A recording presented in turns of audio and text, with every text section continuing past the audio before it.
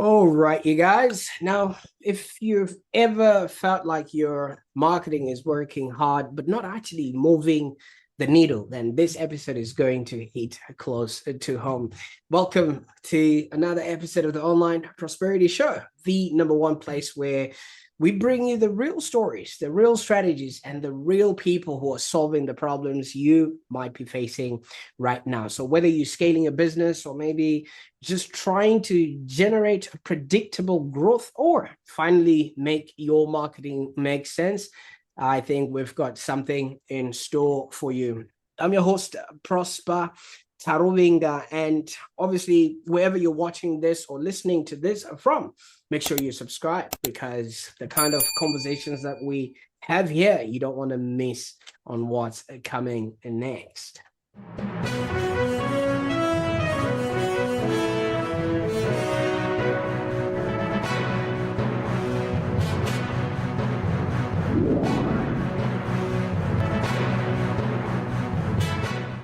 Now, today's guest is someone who went from building multi-million dollar marketing engines to founding two women's tackle football teams. And I am really excited to welcome Lisa A. Cole, who is the Chief Product Marketing and AI Officer at 2X, who is obviously a global powerhouse helping enterprise companies scale marketing without scaling the chaos that comes with it. Now, welcome to the show, Lisa.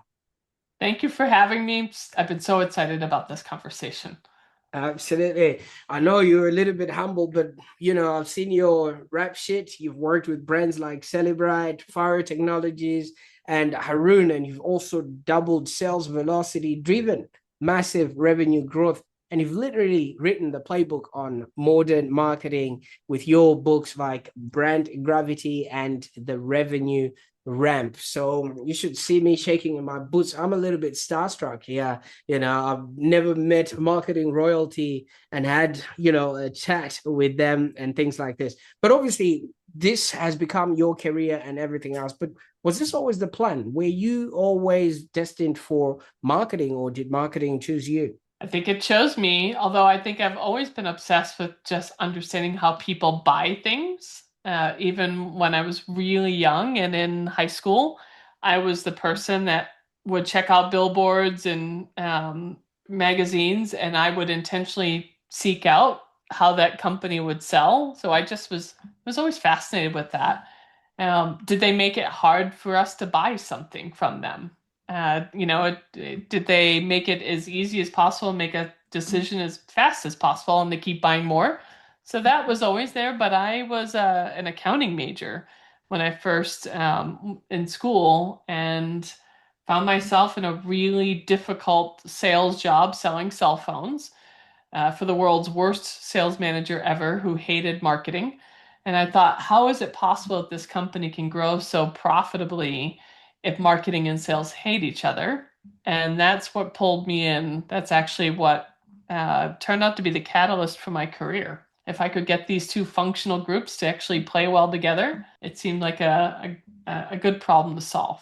Absolutely. So you said you started off, just looking at magazines and billboards and just trying to figure out, how people buy and sell stuff. Was there any inspiration, or were there any people that you probably looked up to that you saw in that space that were clearly doing that sort of work?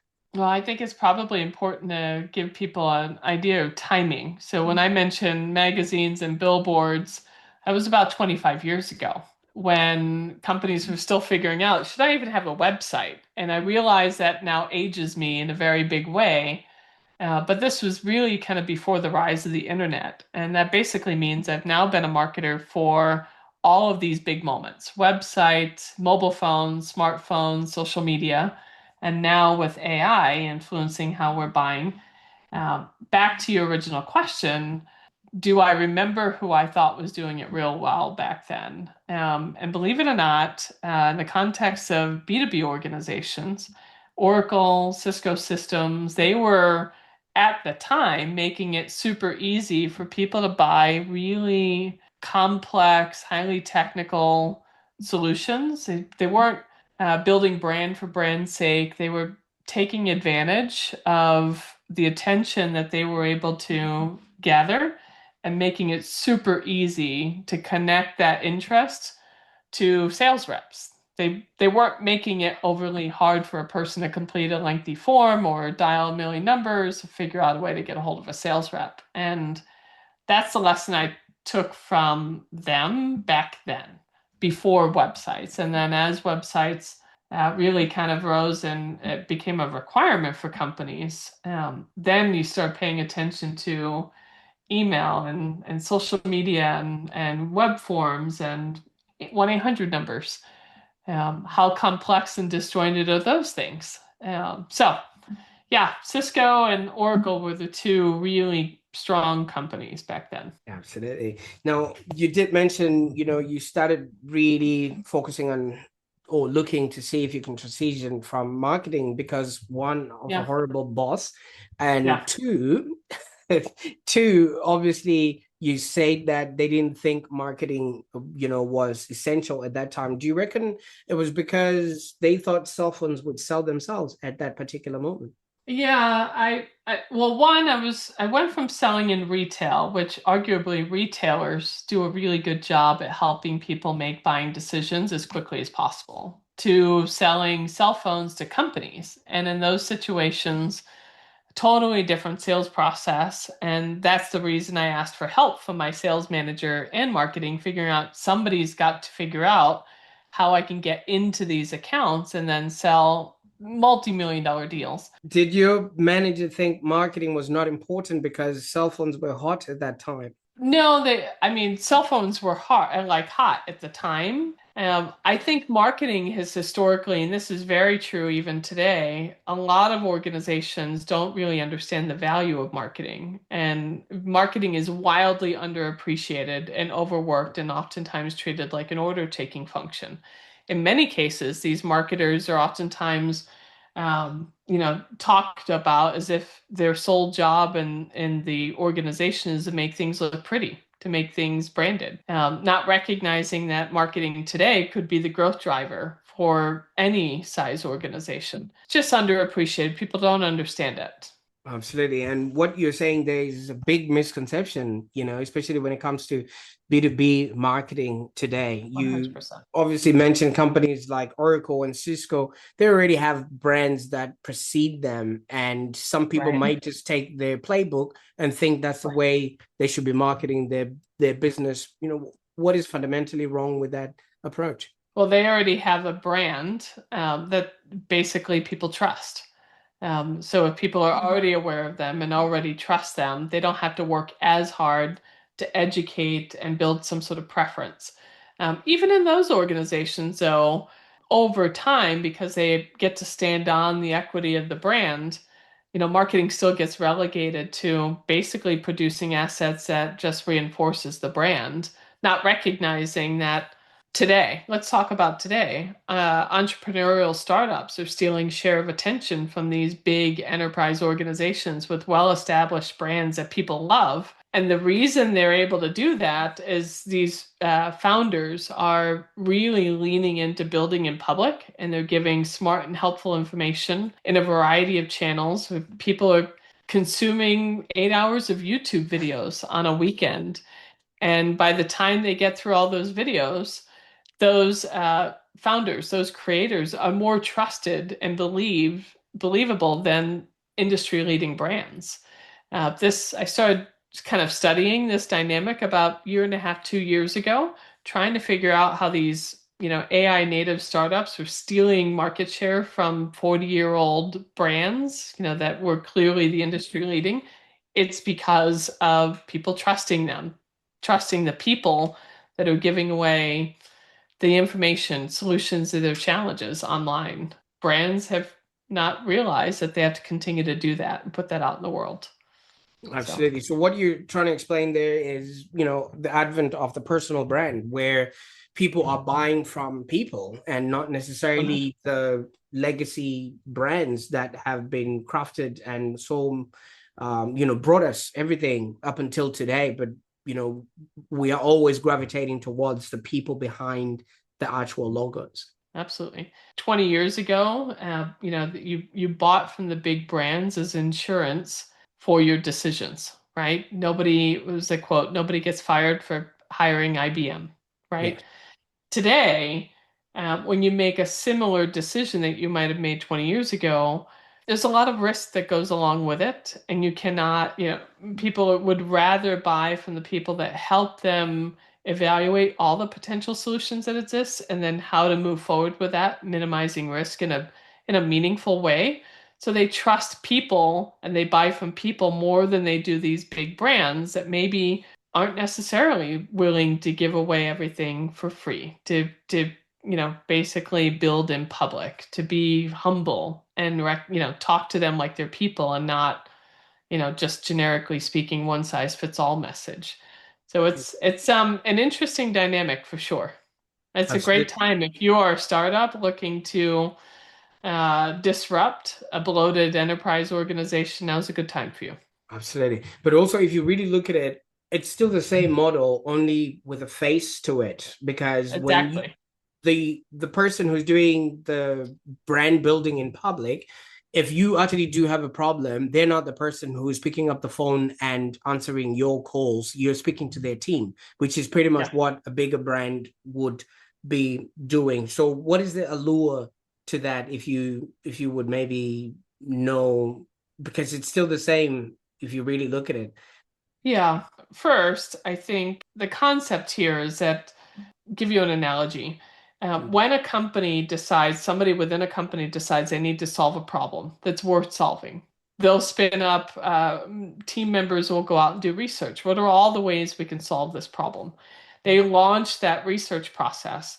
20 years ago, the only way they could get information to solve that research process was by identifying vendors and talking to sales reps.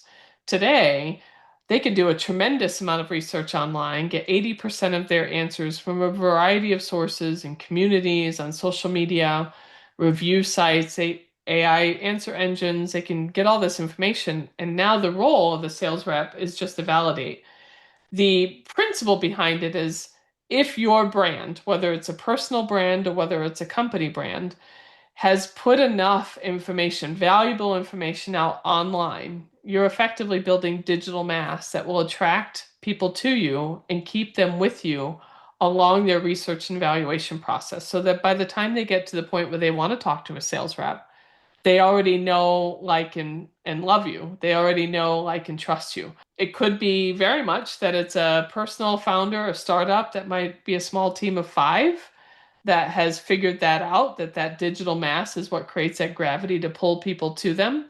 It could also be a Fortune 100 company that has leaned in and making sure that they are findable and chosen everywhere. My experience with enterprise companies, though, is that they have not yet recognized that the way people buy and who they're asking their questions to is a different source, meaning you and I might trust different sources today because we now can go into communities of people like us and Mm. ask questions and it not be biased by a brand, a company's brand. And so they're still churning out the same old content in the same watering holes that they were doing 10 years ago because they've not actually pivoted as the buyers have kind of shifted. Yeah. I think that's the real opportunity, but similar process, right? You've got to build enough digital mass to bring people to you, just like this particular channel that you've invested in. You're Mm. bringing really smart and helpful content to your audience, and now they'll turn to you because they trust you on who they should work with to solve some of these problems. So, anyways, but a Yeah, big brand may not have figured it out yet that this is how they can reach their audience. absolutely. Could you, I mean, obviously, I understand that, obviously, because that's what we're already That's doing what you do. in Yeah. we're nimble and everything else. But could it be that the big brand CEO or executives are afraid they would now be on the hook to have to then do whatever jobs are required? Do you know what I mean? Like if I'm seen out there, then everybody's going to be calling in to want to speak to Lisa Yeah. because that's who they've seen on a YouTube. Yeah.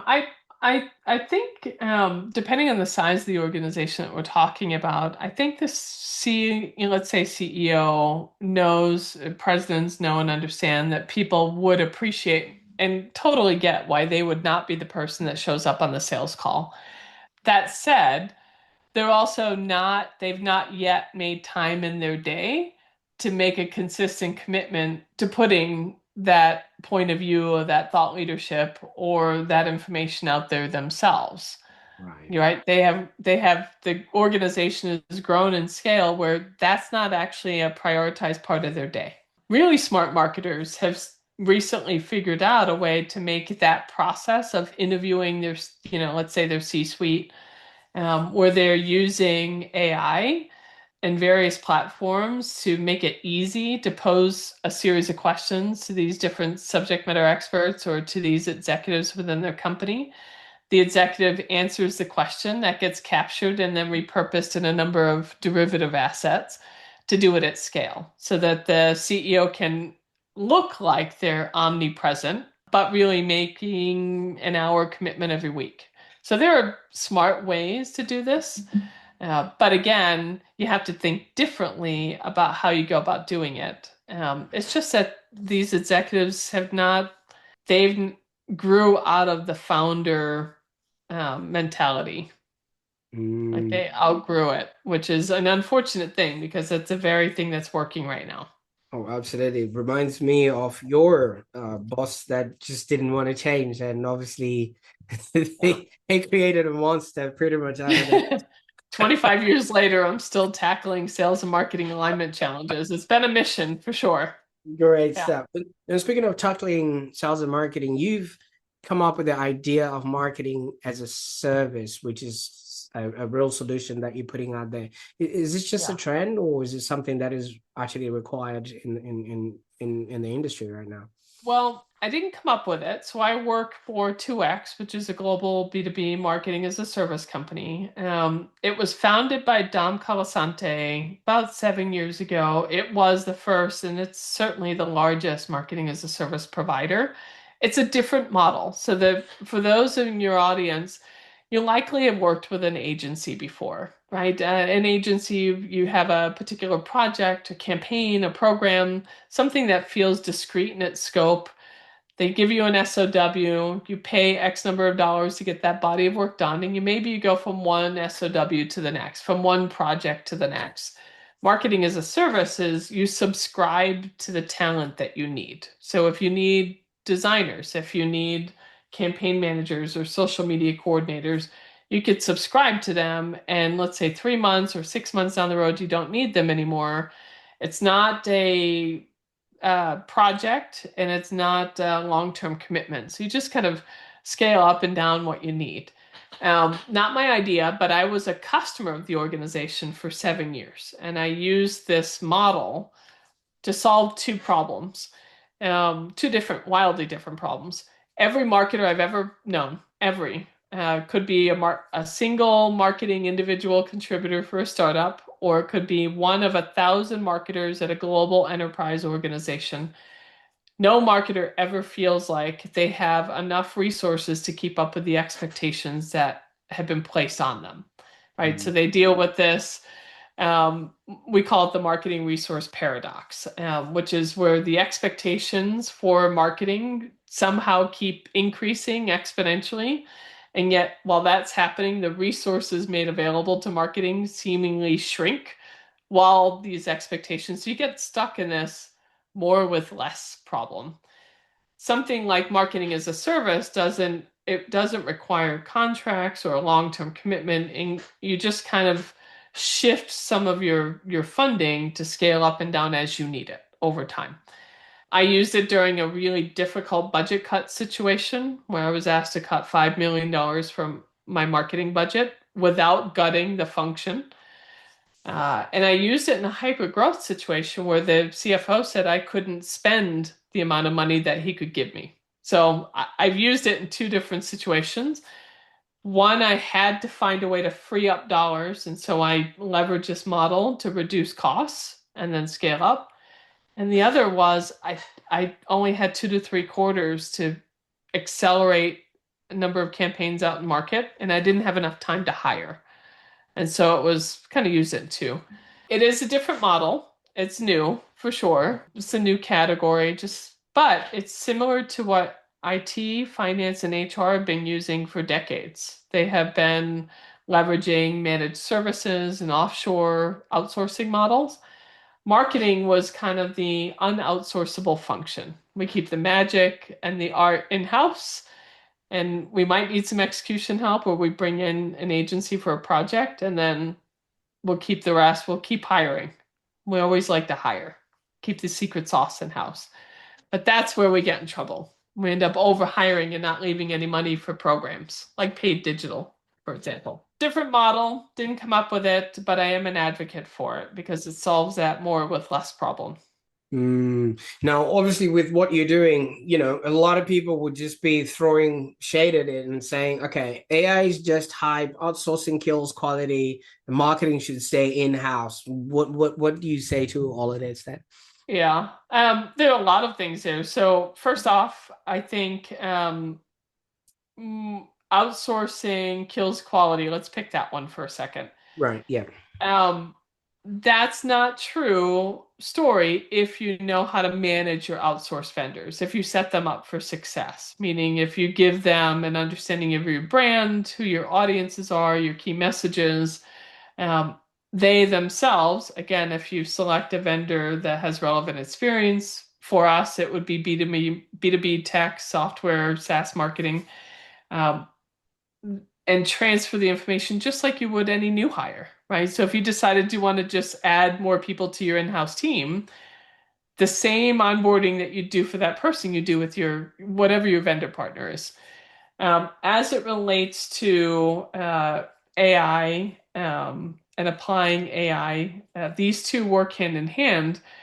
You can keep everything in-house, but your in-house marketers are probably overworked, underappreciated, overburdened, like burned out because they're so bogged down in low value execution work. And so, what I recommend, and this is regardless of whether you're working for a startup, a scale up, or a large global enterprise, treat your in-house marketers like the keepers of your secret sauce. Free them from low value administrative and execution work so that they can basically manage and do all the higher impact work. A good example, you can have a tremendous campaign strategist or growth marketer, let's say a brand or comms person, and then you can bog them down in the 21 steps to deploy an email. You Mm, can free them of the 21 steps to deploy an email and have them focus on the email strategy, your audience, your list building, your messages, your offer, maybe the CTA best practice, whatever that might be. But do they need to spend the next 8 hours figuring out how to pull all these pieces together and deploy an email? My suggestion, use your higher costs secret sauce people and keep them focused on higher value work, and then figure out whether AI or through outsourced partners how to free them up of the lower value work.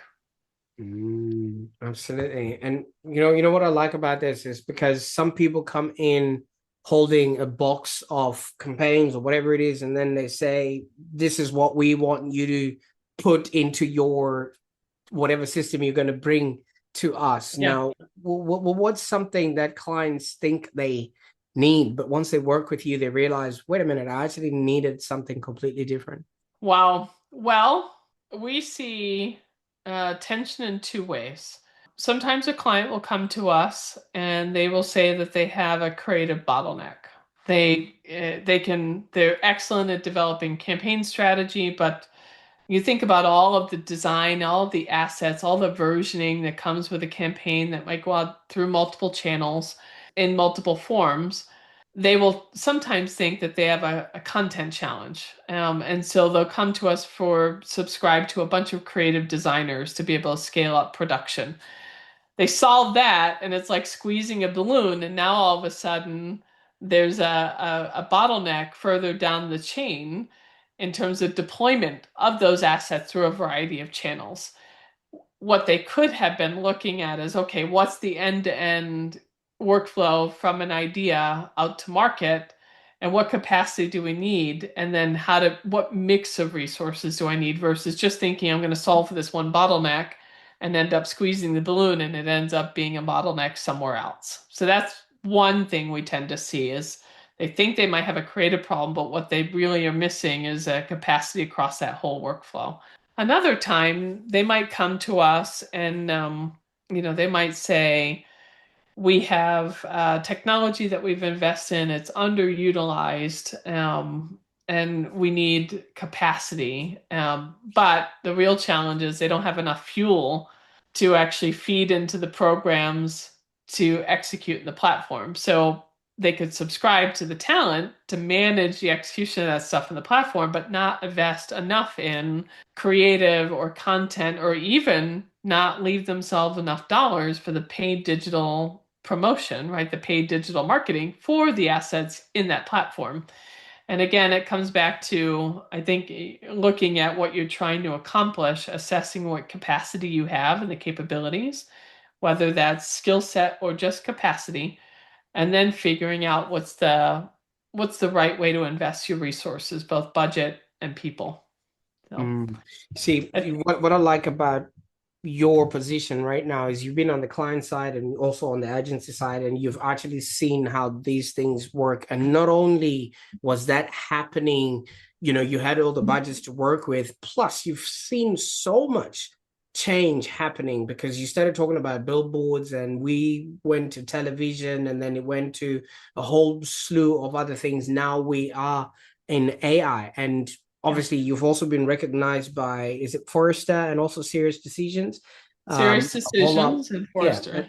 yeah, and a whole lot more other credentials that would run out of tape trying to fit them all into this particular episode. But what do you think you see differently from other marketing leaders? Because it all just then becomes the same to somebody who doesn't quite know exactly what it is they're looking at. Yeah, there's a few things that I look at differently that have led to those awards based on the work that my teams have done. First is I don't think that marketing's role in an organization, any organization for this matter, no matter how big or small, is to be the order taking function. It is intended to be the growth driver for the organization, especially now with the way that we all buy from companies. We are fully expecting that by the time that we're ready to talk to someone to buy something, that the organization knows who we are, they know what we might have researched, they know how we might have engaged with various content and sites. Like we as buyers expect that the organization and the brand kind of knows our needs, likely even before we talk to sales. And if you think about all those interactions, marketing is the keeper of all those interactions that lead up to before they're ready to talk to a human. So marketing should not be treating themselves like the order taking function for the rest of the org. Product, I want you to send this email about this new product launch. Sales, okay, I need you to do this email campaign to support my territory. If you find yourself as the order taking function, you are underserving, like you're not keeping up with your responsibility with your org. Number one. The second thing is I also don't believe, and never have, that in order for marketing to be impactful, that I needed to keep all of that talent in-house. One of my superpowers through the years is I hire really smart people, much smarter than I am, from my strategic in-house team. These are my keepers of positioning, messaging, campaign strategy. I then find out what capabilities and capacity they need, and I outsource it or I automate it, one of those two things, because I don't want them bogged down in lower value execution work. That is different because the way that shows up on my resume, my LinkedIn profile is it doesn't sound like this. I lead a 1,000 person marketing organization and a $30 million budget. I don't lead with that. I lead with my function is responsible for driving $30 million in growth next year. That self identity, the identity for my function, for my team, is not based on how big my team is. So that's kind of a second piece. I also believe strongly that AI should turn your humans into superhumans. I don't believe that AI replaces the human. Anyone that's ever done any form of marketing knows it's a really complex job, and you still need the human in the loop.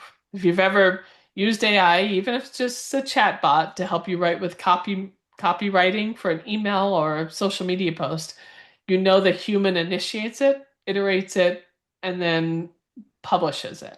You can automate some steps of that process, but you should keep the human in the loop. Those are the three biggies, I think. 100%. Yeah. Absolutely. And for those that are maybe watching right now and they might want to learn from you or follow your journey, where can they go to on the internet, Lisa, to be a part of what you're doing?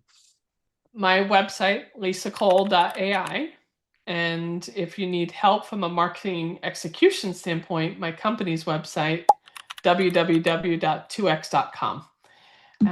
I did recently, I'm in the process of releasing a new book called The Limitless CMO. And it's basically focused on how to turn marketing from this order taking to market making function in the age of AI. A third of this book is how to use AI in marketing to get escape the traps of random acts of AI. So Absolutely. I like that. And you know what really stands out to me there, Lisa, is you're not just talking about doing more marketing. We want more marketing. No, no. You're actually talking about doing the right marketing with the right system behind it. And so many exactly. people just try, like you say, random acts of marketing, random acts of AI.